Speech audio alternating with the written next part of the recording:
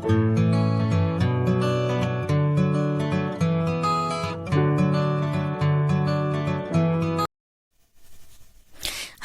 Everyone, welcome back to my channel.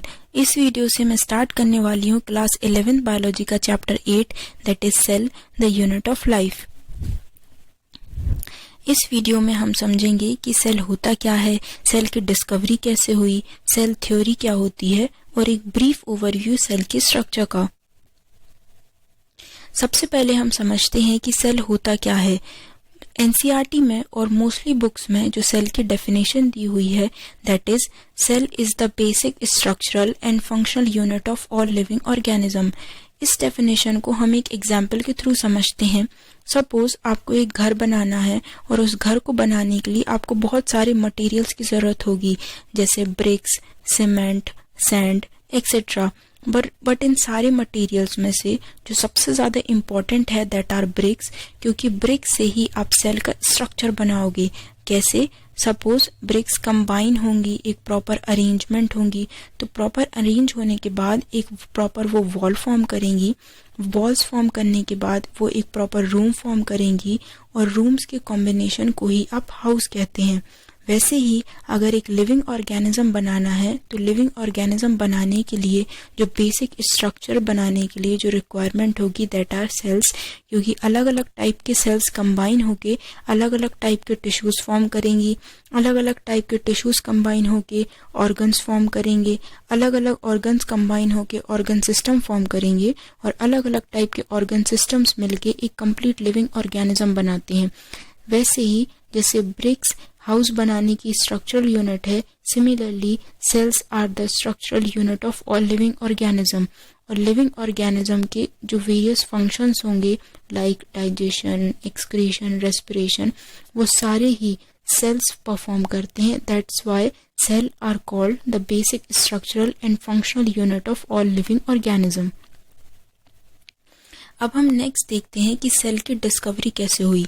Cell की discovery के लिए आप 3 साइंटिस्ट को याद रखिए। First scientist is Robert Hooke.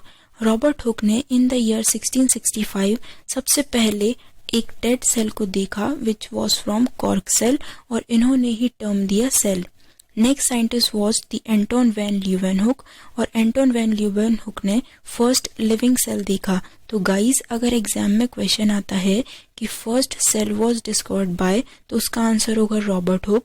But अगर क्वेश्चन आता है first living cell was discovered by, तो आंसर होगा Anton van Leeuwenhoek.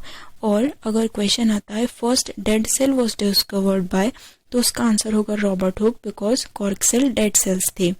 Next scientist is E Knoll and E Ruska. इन्होंने in the year 1931 electron microscope की डिस्कवरी की और electron microscope की डिस्कवरी सेल की स्टडी के लिए, सेल के स्ट्रक्चर और फंक्शनल की स्टडी के लिए बहुत ही सिग्निफिकेंट डिस्कवरी थी, क्योंकि इलेक्ट्रॉन माइक्रोस्कोप ने मैग्निफिकेशन पावर जो उस टाइम पे रॉबर्ट हुक और एंटोन वैन ल्यूवेनहुक यूज कर रहे थे सेल की स्टडी के लिए, उनकी magnification power about 2 lakh times तक इंक्रीज कर दी, जिससे सेल के अंदर के जितने भी ऑर्गेनेले हैं उनका स्ट्रक्चर और उनका फंक्शन बहुत ही डिटेल में स्टडी कर पाए।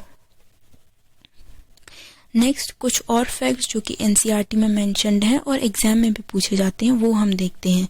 तो स्मॉलेस्ट सेल जो अभी तक आइडेंटिफाई हुआ है दैट वाज फ्रॉम माइकोप्लाज्मा, जिसका साइज है about 0.3 micrometer. Micrometer is about 10 to the power -6 meter. आप समझ सकते हो कि ये सेल कितना छोटा है, आप इमेजिन भी नहीं कर सकते। Next are the largest cell जो कि ऑस्ट्रिच एग्स हैं।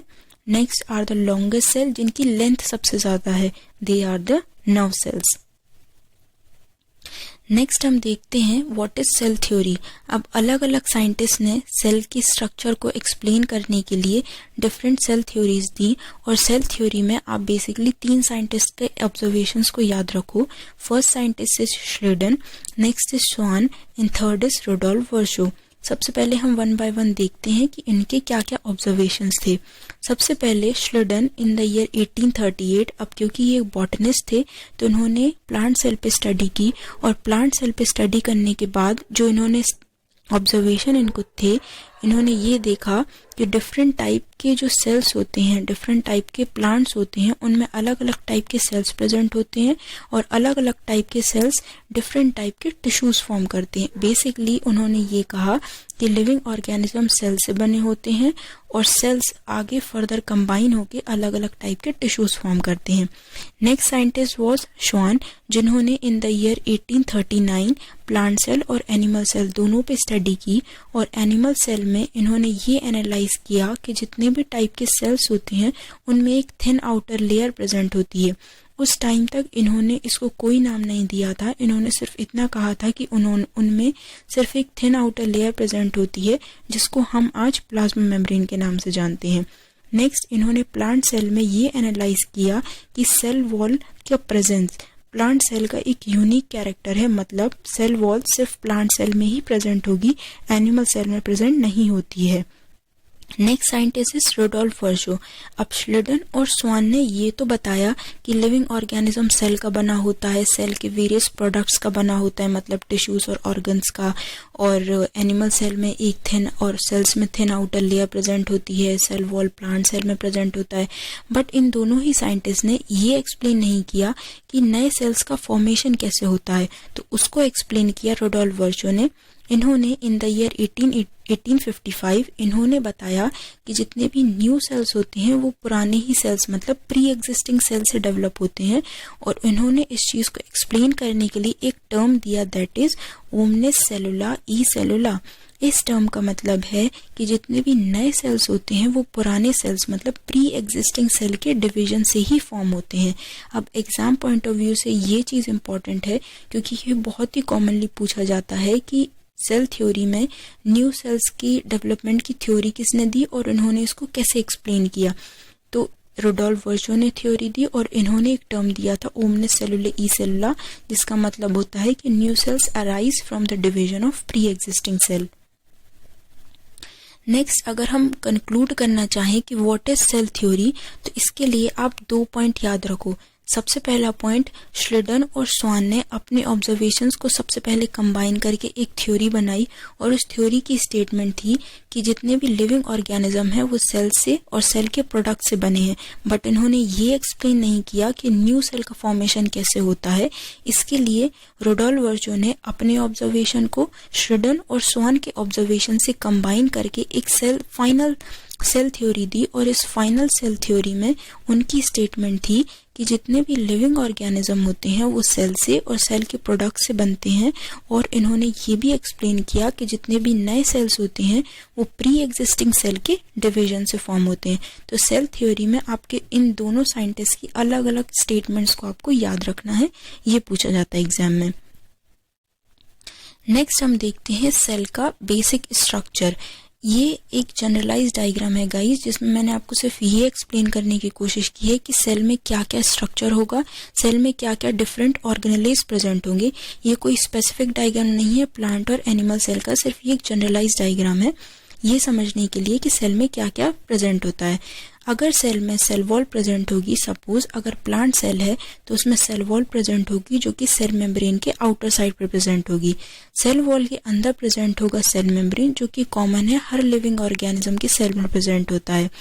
नेक्स्ट, सेल मेम्ब्रेन एनक्लोज करेगा एक लिक्विड स्ट्रक्चर, एक लिक्विड स्ट्रक्चर जिसको बोलते हैं साइटोप्लाज्म, और इसी साइटोप्लाज्म में अलग अलग टाइप के ऑर्गेनेल्स प्रेजेंट होते हैं।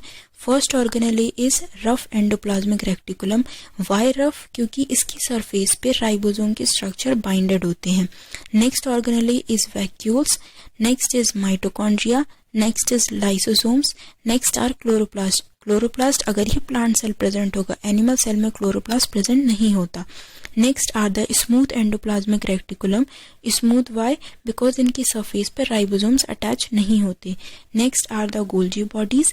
Next is nucleus. न्यूक्लियस के अंदर एक और स्ट्रक्चर प्रेजेंट होता है, that is nucleolus. Next are the ribosomes. So guys, this was the overall overview of the cell structure.